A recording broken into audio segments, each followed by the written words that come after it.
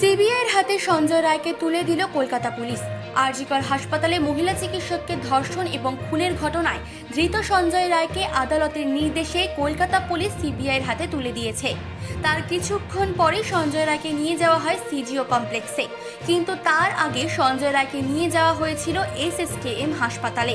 সেখানে তার মেডিকেল পরীক্ষা করা হয়েছে। তদন্ত সংক্রান্ত বাকি তথ্য প্রমাণ এবং নথিও কলকাতা পুলিশ সিবিআইয়ের হাতে তুলে দিয়েছে।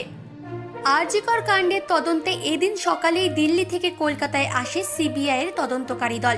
ওই দলেই সিবিআইয়ের নিজস্ব মেডিকেল টিম এবং ফরেনসিক বিশেষজ্ঞরাও ছিলেন। আরজিকর কাণ্ডে একাধিক ব্যক্তি জড়িত বলে বারবার অভিযোগ তুলছেন আন্দোলনরত চিকিৎসকেরা।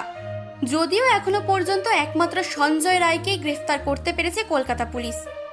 আরজিকর কাণ্ডের রহস্য জট সিবিআই ভেদ করতে পারে কিনা এখন সেটাই দেখার।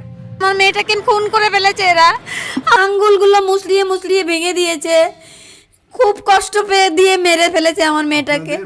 তাকে যে সুপারি দেওয়া হয়নি তার কি গ্যারান্টি আছে? টাকা দিয়ে করানো হয়নি। চিফ এডিটর জিতেন সরকারের রিপোর্ট, চেতনা বার্তা। জেগে থাকে, জাগিয়ে রাখে।